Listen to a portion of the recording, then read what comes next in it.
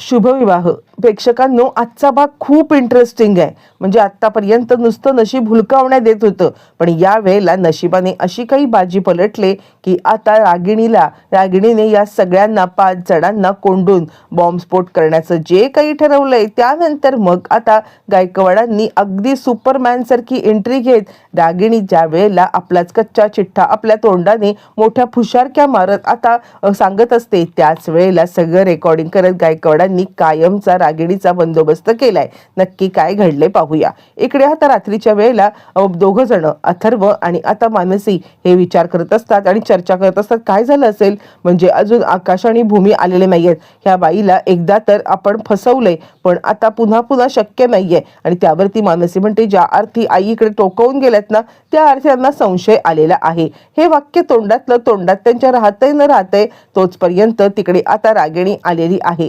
रागिणी तिकडे येते आणि त्यानंतर ती म्हणते, मला डाऊट आलाच होता.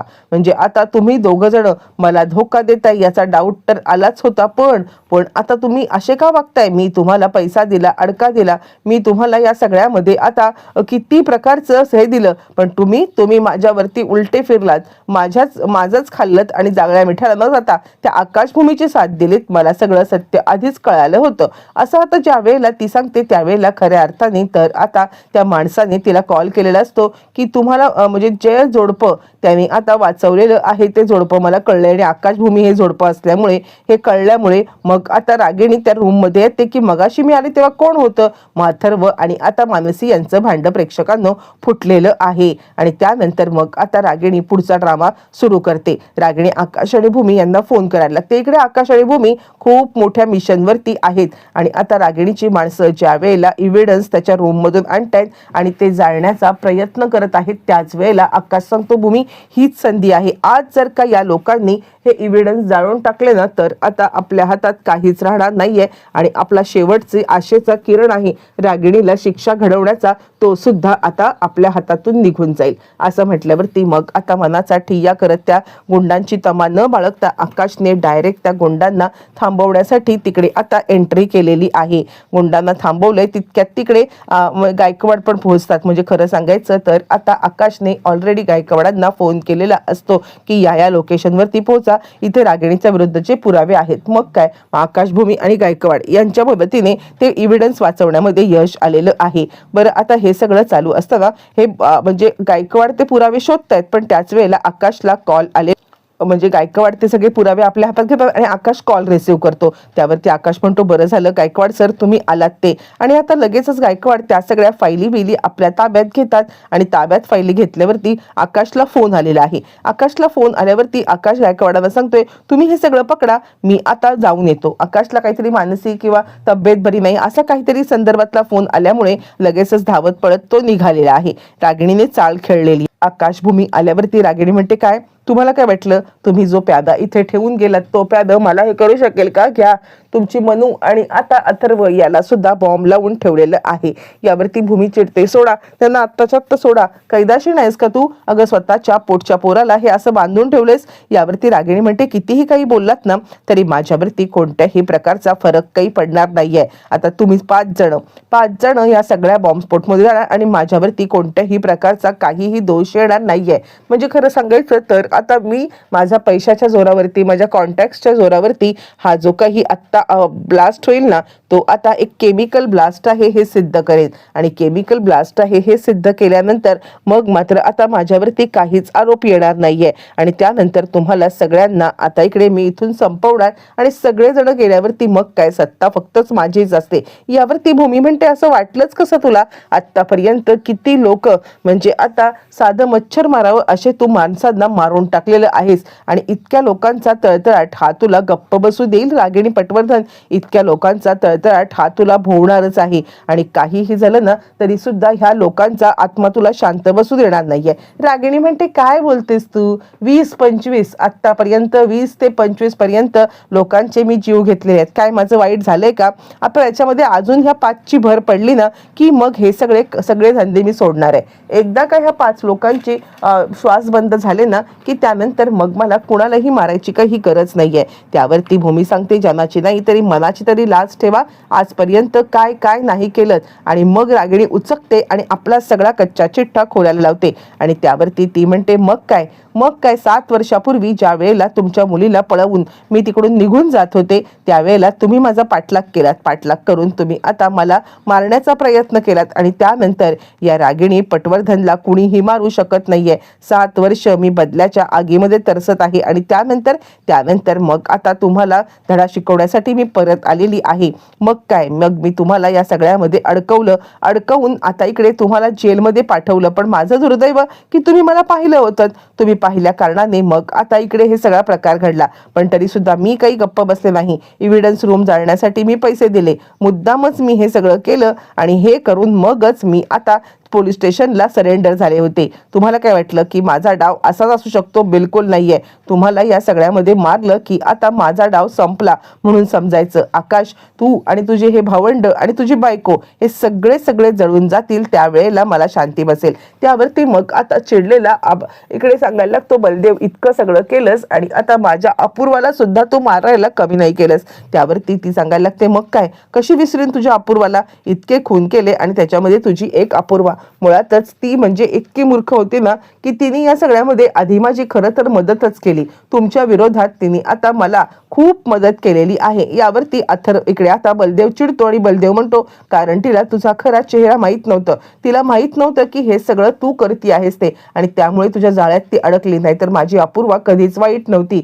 तू तिला मूर्ख बनवलंस आणि आपल्या जाळ्यामध्ये ओढून घेतलंस. त्यावरती रागिणी म्हणते, हो, पण अडकली ना माझ्या जाळ्यामध्ये, आणि त्याचमुळे आता इकडे तुमचा बदला घेणं शक्य झालं. मुळातच ही प्रॉपर्टी माझ्या नावावरती होणं ह्या मूर्ख अपूर्वामुळे शक्य झालं. तिला आता असं काही पौर्णिमाने गोळ्यात घेतलं ना की आता सगळी प्रॉपर्टी तिने आता तिच्या नावावरती करून घेतली असं तिला वाटतंय. पण आता आम्ही तिच्या पुढे 2 पावलं होतो आणि ही सगळी प्रॉपर्टी माझ्या नावावरती करून घेतली, फक्त आणि फक्त तिचा वापर करत. काय, कसं वाटलं सगळं? यावरती भूमी सांगायला लागते, स्वतःच्याच तोंडाने स्वतःचे गुन्हे सगळे तुम्ही कबूल करताय. रागिणी म्हणते, हो घे, अजून काय ऐकायचं असेल तर विचार. सगळं सांगायला मी तयार आहे. काहीही असेल ना तरी सुद्धा मला बिनधास्त विचारू शकतेस. भूमी बोल की, काय हवंय? तुम्हाला काय वाटतं मी तुम्हाला घाबरले? अजिबात नाही. तुमचं कधी एकदा सगळं संपवते ना हे झालंय. पण मी आधीच सांगते, तुम्हाला 5 जणांना एकदा संपवलं ना की मग कुणालाही हात सुद्धा लावणार नाहीये. कुणालाही नाही, काहीही झालं तरी कुणालाही मी आता हात लावणार नाही. हा विषय सोडला किंवा हा विषय संपला. तुम्ही गेल्यावरती मग आता माझ्या हातामध्ये काय, सगळी सत्ता, प्रॉपर्टी आणि ऐश्वर हे फक्त माझंच असणार आहे. आणि त्याचमुळे हे माझं असल्यामुळे आता मात्र मला कोणाला घाबरायची काहीच गरज नाहीये. असं म्हणत रागिणीने आता मात्र आपला सगळा हे केलाय आणि चला बॉम्ब ब्लास्ट करूया आणि आपण इथून बाहेर पडूया. काय, यावरती मग आकाश आणि भूमी दोघं एकमेकांकडे पाहतात. आतापर्यंतच रागिणीचं सगळं बोलणं इकडे रेकॉर्ड करत असलेले बाहेर गायकवाड उभे असतात. आणि मग दोघं जण आकाश आणि भूमी एकमेकांना इशारा करतात. आणि त्यानंतर मग आता भूमी बोलायला लागते, गायकवाड सर हा वाक्य आल्यावरती मग आता लगेचच इकडे म्हणजे काहीही झालं तरी सुद्धा रागिणी सांगायला लागते, काय गायकवाड काय तुमचं नोकर आहे काय, बसलाय काय बाहेर? कधीही उठसूट गायकवाड यायला घाबरायला आणि मला घाबरवतायत, उगाच आपलं काहीतरी, असं म्हणत ती काही बोलणार तितक्यात गायकवाडांची धडाकेबाज एंट्री झालेली आहे आणि तुमचा खेळ संपलेला आहे. रागिणी पटवर्धन, चला हे खाली टाका. आता मात्र रागिणी घाबरले. काय, यावरती मग आता गायकवाड सांगायला लागतात, स्वतःच्या तोंडून स्वतःचे गुन्हे तुम्ही कबूल केलेले आहेत, त्यामुळे आता तुम्हाला कोणत्याही परिस्थितीमध्ये इकडे जाण्यासाठी वाचण्यासाठी अजिबात उपयोग नाहीये. असं म्हटल्यावरती मग आता रागिणी सांगते, काय बोलताय तुम्ही? मी काहीही केलेलं नाहीये आणि जर का तुम्ही मला इथून जाऊन दिलत ना तर आता हे सगळेजण वाचतील. नाहीतर मी काय करेन माहितीये का, माझ्या हातामध्ये रिमोट आहे, या रिमोटनी बॉम्ब ब्लास्ट करून आणायला मी कमी करणार नाहीये. दाबू बटन, आत्ताच्या आत्ता बटन दाबते आणि या सगळ्यांचा खेळ खलास करून टाकते. यावरती गायकवाड मात्र आता रागिणीवरती बंदूक रोखून आहेत. आतापर्यंत मोठ्या फुशारक्या मारत आता जे काही केलंत ना त्या सगळ्यामध्ये खरं सांगायचं तर आता ह्या फुशारक्या मारत स्वतःचेच गुन्हे तुम्ही कबूल केलेले आहेत रागिणी पटवर्धन, आणि स्वतःचे गुन्हे कबूल करून तुम्ही आता स्वतःच्याच विरोधात स्टेटमेंट दिलेलं आहे. रागिणी म्हणते काही फरक पडत नाहीये मला, कुणीही माझ्या विरोधात काहीही स्टेटमेंट घेऊ दे, मला फरक पडत नाही. आत्ता हा ब्लास्ट करून आणला ना तर आता सगळ्यांच्या चिंधड्या उडतील. लवकरात लवकर मला इथून जाऊ दे, नाहीतर तुमचं काही खरं नाहीये. असं म्हटल्यावरती मग आता गायकवाड म्हणतात काय कराल तरी काय? ती सांगते काही नाही, एक बटन दाबणार आणि सगळा खेळ खलास. त्यावरती आकाश म्हणतो दाब बटन.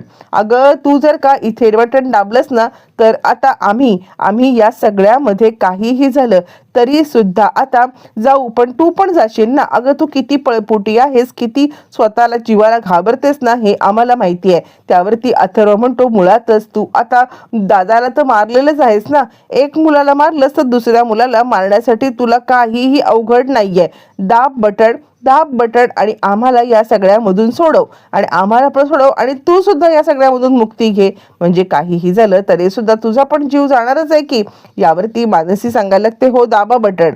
कारण कसं आहे, स्वतःच्या घराण्याचा वंश, स्वतःचं घराण्याचं हे सगळं संपताना ज्या बाईला बघायला आठवते ना त्या सगळ्यामध्ये आता दाबा बटन, होऊ दे काय व्हायचं ते राडा. असं म्हटल्यावर ती रागिणी सांगते मला काय तुम्ही चॅलेंज करताय काय? हे बघा मी दाबेन बटन. असं म्हटल्यावरती मग आता लगेचच सगळेजण दाब बटन असं जोरात बोलायला लागतात. आणि त्याच वेळेला इकडे आता एक कॉन्स्टेबल मागून येते आणि ती कॉन्स्टेबल मागून येऊन आता इकडे रागिणीला पकडायचा प्रयत्न करते.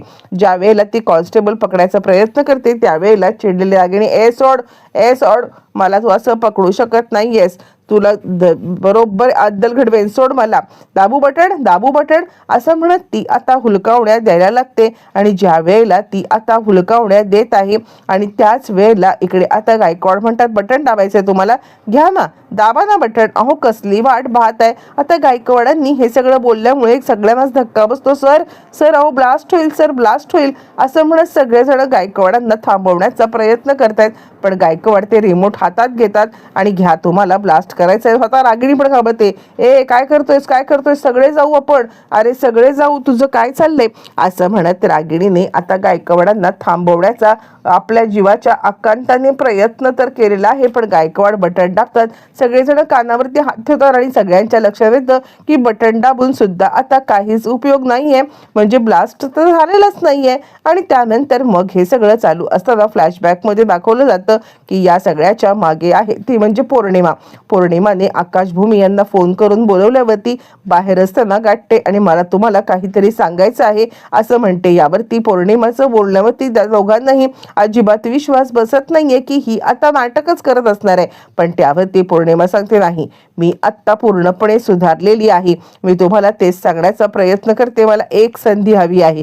आणि त्यावरती मग आता आकाश सांगायला लागतो ठीक आहे, काय संधी हवी तुला? मग ती घडलेला प्रकार सांगते आणि ती सांगायला लागते आईंनी आतमध्ये मानसी अथर्वला बॉम्ब बांधून ठेवलेला आहे, या सगळ्यामध्ये मी तुमची मदत करेन. मग आता हे सगळं किंवा ते रिमोट बदलायला किंवा बॉम्ब डिफ्यूज करायला पौर्णिमानेच केलेला असतो आणि तिने खऱ्या अर्थाने आकाश आणि भूमी यांची मदत केलेली असते. ती सांगते की माझे डोळे उघडलेत, मला आता समजले कोण आपलं कोण परक, आणि त्यामुळे मी तुम्हाला या सगळ्यामध्ये माफी मागते आणि आता एकदा एक संधी मला द्या म्हणते. मग लगेचच आता इकडे तिला सिद्ध करण्यासाठी आकाशने एक संधी तर आता दिलेली आहे. आणि त्यानंतर मग आता इकडे रागिणी चिडते, बॉम्ब का नाही फुटला, तो का नाही फुटला असं म्हणत ती इतका आरडाओरडा करायला लागलेली आहे की त्यानंतर मग आता रागिणीला पोलिसांनी पकडून नेलेलं आहे. रागिणीला पोलिसांनी पकडल्यावरती मग आता तरी सुद्धा या रागिणीचं काही हे संपतच नाही. आणि ती सांगते तुम्हाला काय वाटलं की आता खऱ्या अर्थाने तुम्ही मला अडकवलं आणि खेळ संपलाय का? खेळ तर आत्ता कुठे सुरू झालाय, खेळाची तर रंगत आत्ता कुठे वाढले आणि ही खेळाची रंगत आता अशीच वाढत राहणार आहे आणि ही खेळाची बाजी माझ्या बाजूनेच पलटत राहणार आहे. तुम्ही कितीही कुणीही प्रयत्न केलेत ना तरी सुद्धा ही रागिणी हारणार नाहीये. रागिणी कोणत्याही परिस्थितीमध्ये हार मानणार नाहीये असं मात्र बोलत तिने आता काहीतरी हिंटच जणू दिलेली आहे. आता नक्की ही कशाबद्दल बोलते किंवा ही आता इतकी ओव्हर कॉन्फिडन्स का आहे, हा आता आकाश भूमीला जरा डाऊटच आलेला आहे.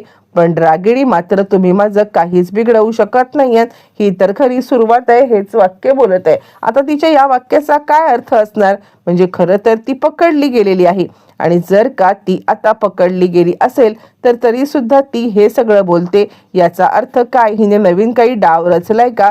किंवा या सगळ्यामध्ये हिने आता नवीन काही कुभांड केलेलं आहे का? हे मात्र आपल्याला येणाऱ्या भागातच पाहायला मिळणार आहे.